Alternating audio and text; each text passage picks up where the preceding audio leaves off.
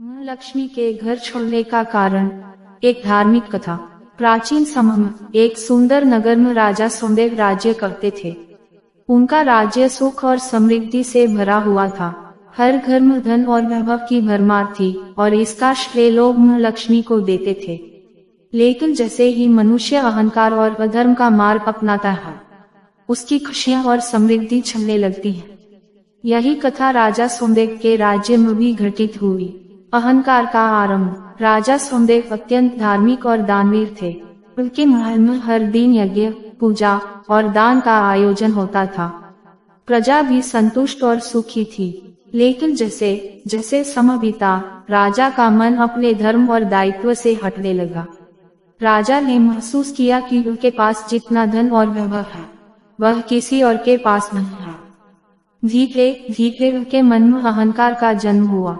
उन्होंने सोचना शुरू किया, मेरे राज्य में इतनी समृद्धि मेरे पुरुषार्थ का परिणाम है। ये सब मेरे योग्यता और परिश्रम का फल है। मां लक्ष्मी, जो कि सदा सत्य, धर्म और विनम्रता से प्रसन्न होती है, राजा के इस अहंकार से दुखी हो गए। उन्होंने निश्चय किया कि यदि राजा सोमदेव ने अपने मार्ग में सुधार न किया तो फिर उनके घर और राज्य को छोड़ देंगी। पहला संकेत, यज्ञ में विघ्न। एक दिन राजा ने राज्य के सबसे बड़े यज्ञ का आयोजन किया। पूरा नगर सजाया गया और सभी ऋषि मुनि आमंत्रित किए गए। लेकिन यज्ञ के दौरान एक अद्भुत घटना घटी। जब राजा ने आहुति दी तो अग्नि शांत हो गई। यज्ञ कुंड से धूम उठने लगा और ऋषि ने कहा, राजन, यह अपशकुन है। ये दर्शाता है कि आपके राज्य में अधर्म बढ़ रहा है। राजा ने इसे गंभीरता से नह लिया और कहा, ये सब झूठ है। मेरे राज्य में अधर्म की कोई जगह नहीं है। दूसरा संकेत, प्रजा का असंतोष। कुछ समय बाद राज्य में प्रजा में असंतोष बढ़ने लगा।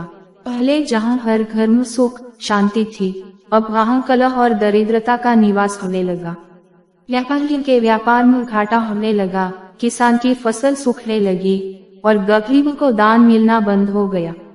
राजा को प्रजा के दुख की परवाह न हुई। उन्होंने सोचा, ये लोग ही अपने दुर्भाग्य के जिम्मेदार हैं। मैं इनकी परेशानी के लिए क्यों चिंतित हो। तीसरा संकेत, मां लक्ष्मी का स्वप्न दर्शन। एक रात राजा के स्वप्न में मां लक्ष्मी प्रकट हुई। वे अत्यंत तेजस्वी और क्रोधित रूप में था। उन्होंने राजा से कहा, राजा सोमदेव, तुमने अहंकार और अधर्म का मार्ग चुन लिया है। तुमने दान, धर्म और सेवा का त्याग कर दिया है। मैं ऐसे स्थान पर नहीं रह सकती जहां धर्म का पालन न होता। यदि तुमने समय रहते सुधार न किया तो मैं तुम्हारे राज्य को हमेशा के लिए छोड़ दूंगी। राजा स्वप्न से जगे, लेकिन उन्होंने इसे मात्र भ्रम समझकर अनदेखा कर दिया। मां लक्ष्मी का प्रस्थान। कुछ समय बाद राज्य में सभी ओर अराजकता फैल गई।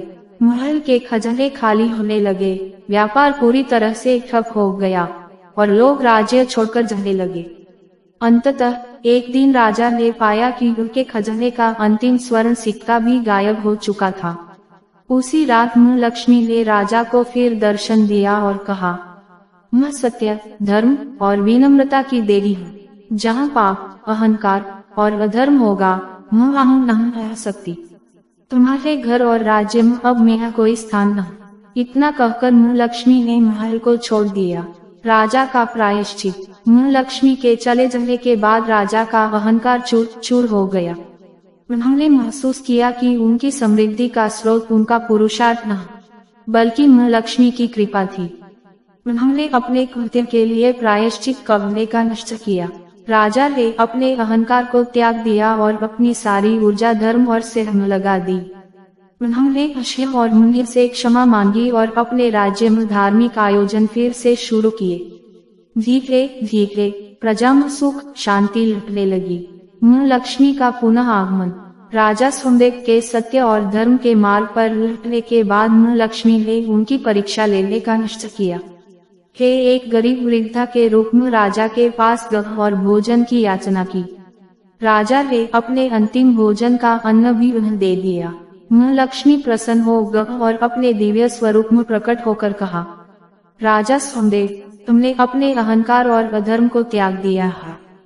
अब मैं तुम्हारे राज्य में सदा के लिए वास करूंगी।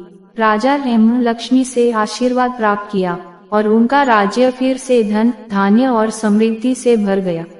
कथा का संदेश। ये कथा हमें सिखाती है कि लक्ष्मी केवल वहाँ वास करती है जहाँ सत्य, धर्म और विनम्रता हो।